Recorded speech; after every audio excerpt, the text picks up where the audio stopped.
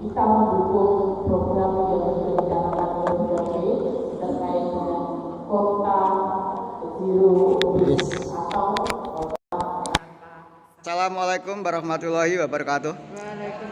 Sahabat Probjim, hari ini saya berada di Kelurahan Ketami, Kecamatan Pesantren, betul ya? Kota Kediri, dalam rangka pelatihan dan praktek pengolahan sampah organik. Nah, yang salah satu acara prakteknya adalah membuat kompos dengan komposter yang paling sederhana, tidak perlu ruwet. Nah, yang diperlukan satu komposter, Bu, komposternya dipegang itu, Bu. Nah, itu komposter. Yang nomor 2, starternya pakai pupuk kompos yang sudah jadi, diangkat, Bu. Nah, caranya bagaimana? Nah, misalnya hari ini ada sampah. Sampahnya sudah dirajang, Bu.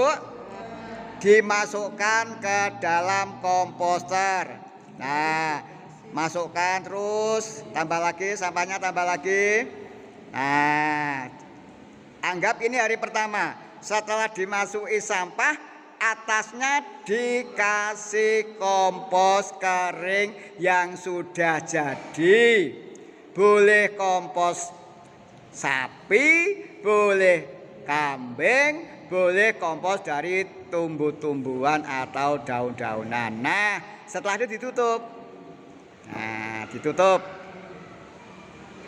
Anggap besok ada sampah lagi, maka sampahnya dirajang-rajang dulu, dirajang-rajang dulu.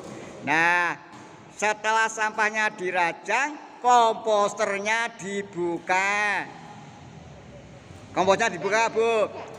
Nah, jangan dimasukkan dulu. Sebelum dimasukkan, cetoknya diambil, cetok diambil. Sampah yang di dalam diaduk-aduk sama cetok, aduk-aduk. Nah, setelah selesai, sampah baru dimasukkan. Setelah sampah baru dimasukkan, semua baru dikasih kompos kering yang sudah jadi. Monggo kompos keringnya. Nah, Pak Jiman, seberapa tebal sih kompos keringnya?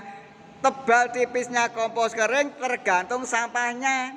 Kalau sampahnya kira-kira mengeluarkan air banyak, kompos keringnya harus tebal.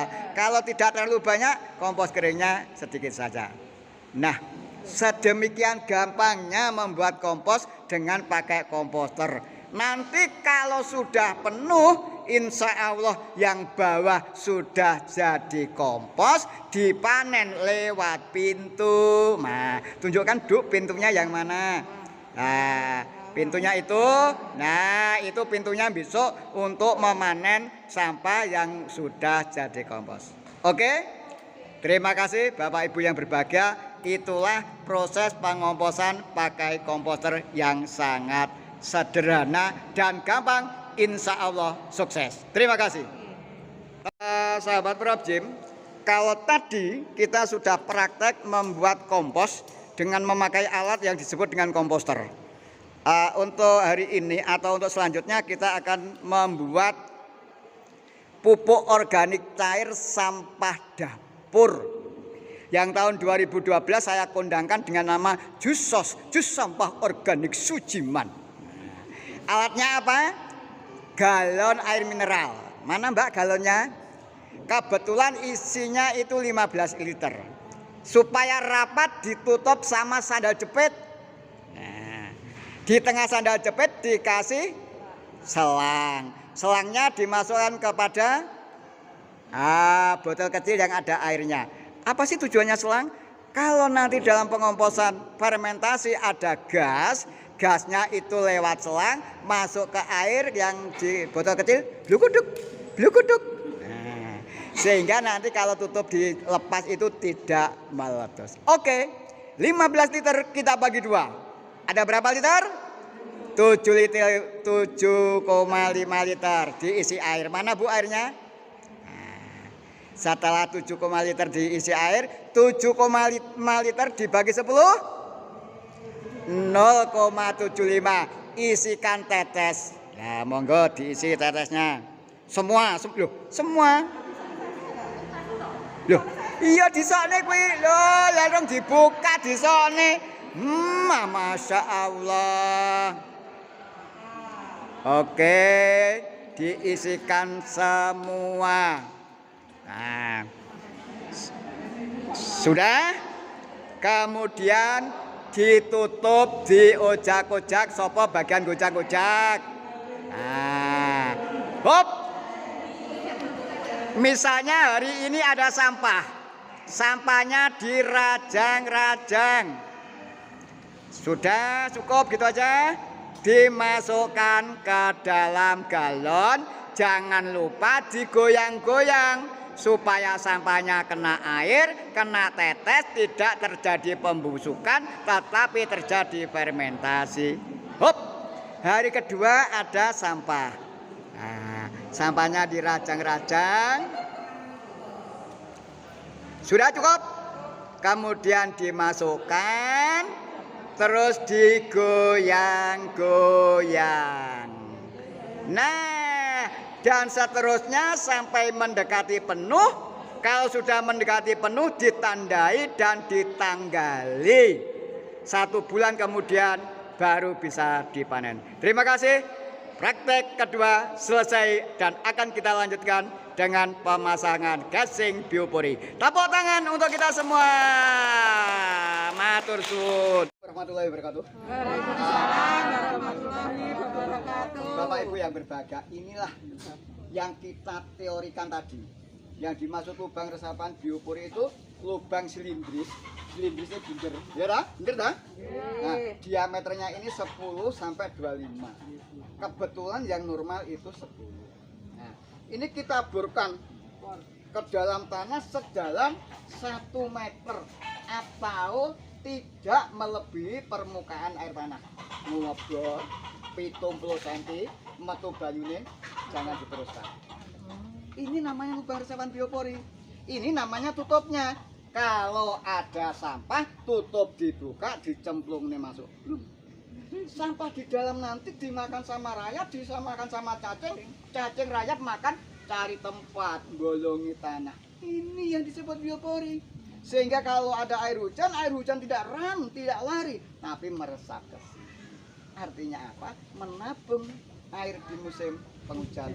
Nanti musim kemarau kita memanen. Kok bisa manen Pak Gun? Iya, air tanah kita tidak dalam tapi dangkal. Oke? Nah, di samping itu, lubang resapan biopori ini bisa untuk mengolah sampah tanpa ribet. Cemplungnya plung. Kowe mambu yo karepmu. Kowe enek sete yo karepmu. Dia ada di dalam tanah. Besok kalau sudah jadi kompos, kita ambil pakai alat ini, pakai bambu, sudah jadi tanah. Sangat mudah sekali. Sehingga lubang resapan biopori ini saya katakan sebagai komposter non agitator. Komposter tukang alat gawe kompos, non tidak agitator diaduk-aduk. Tidak perlu mengharapkan banyak dari kelurahan, minta setiap orang minta komposter satu-satu, duit sopo. Ya kan? Kalau ada seperti ini, kalau ada yang murah, mengapa harus mahal? Duh, Pak Jiman terus piye? Lek sampean nggak mau beli seperti ini ke saya, ngelumpukno Karang Taruna, tak latih gawe dhewe. Mendatangkan saya itu gratis. Lek ra mentolo titipno anak. Gula. Iki guyon. Iki guyon. Oke? Oke Bapak Ibu. Nah, sekarang ora iki sedikit guyon. Nah. Enteng, wah, ternyata masih ongkeane luar biasa. Ayo angkat Mas, angkat. Nah, oke, ketek-ketek nih. Pak Prof Jim, ini namanya Bu Yuli. Bu, tampakkanlah wajahmu, Bu. Wele. Bu Sri, mana wajahmu, Bu? Tunjukkanlah wajahmu. Luar biasa. Ternyata ongkeane Bu Sri luar biasa. Terima kasih. Sahabat Prof Jim, ini Mas Fahmi lagi memasang casing biopori ala Sujiman. Jadi paralon itu fungsinya tidak ditanam, tapi hanya dipergunakan agar luluh, itu tidak jatuh. Nah, jadi nanti itu diambil. Jadi paralon itu bisa perlu dan bisa tidak. Kalau tanahnya itu tidak gampang ambrol, maka sebenarnya paralon tidak perlu. Apabila paralon perlu dipasang, itu pun panjangnya tidak lebih dari 30 cm. Tidak boleh 1 meter dikasih paralon semua, cukup 30 cm saja. Diameternya berapa, Pak? Diameternya 10 cm. Nah, Pak Jiman apakah boleh lebih? Boleh. 10 sampai 25 cm. Kapan 20 cm? Kapan 25 cm? Apabila sampah yang masuk banyak daun-daun kering. Gitu toh. Tapi kalau sampah, ayo tuh terus nih le, aku tak kojah. Tapi kalau sampahnya itu sampah dapur, ada nasi basi, ada jangan basi. Kalau itu lebar, maka akan timbul bau yang keluar. Oleh sebab itu standarnya untuk rumah tangga cukup 10 cm. You understand? Ya, kayak ngerti-ngerti wae. Alhamdulillah proses pemasangan casing biopori atau tutup biopori selesai.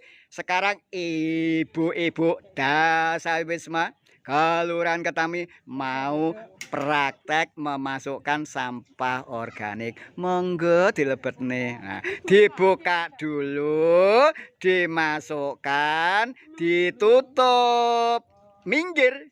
Nah, ayo ganti yang kedua. Dibuka dulu, dimasukkan, ditutup, minggir. Nah, dibuka dulu, dimasukkan, ditutup, minggir. Nah, dibuka dulu, dimasukkan, ditutup, minggir. Nah, dibuka dulu, dimasukkan, masukkan, ditutup, minggir.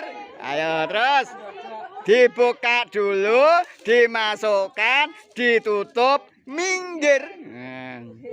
Satu lagi, dibuka, ini yang paling kurus ini. Dibuka dulu, dimasukkan, ditutup, minggir. Terima kasih, kurang lebihnya mohon maaf. Akhirul kata, wassalamualaikum warahmatullahi wabarakatuh. Tepuk tangan anak-anak, luar biasa, Ketami luar biasa. Jos gandos.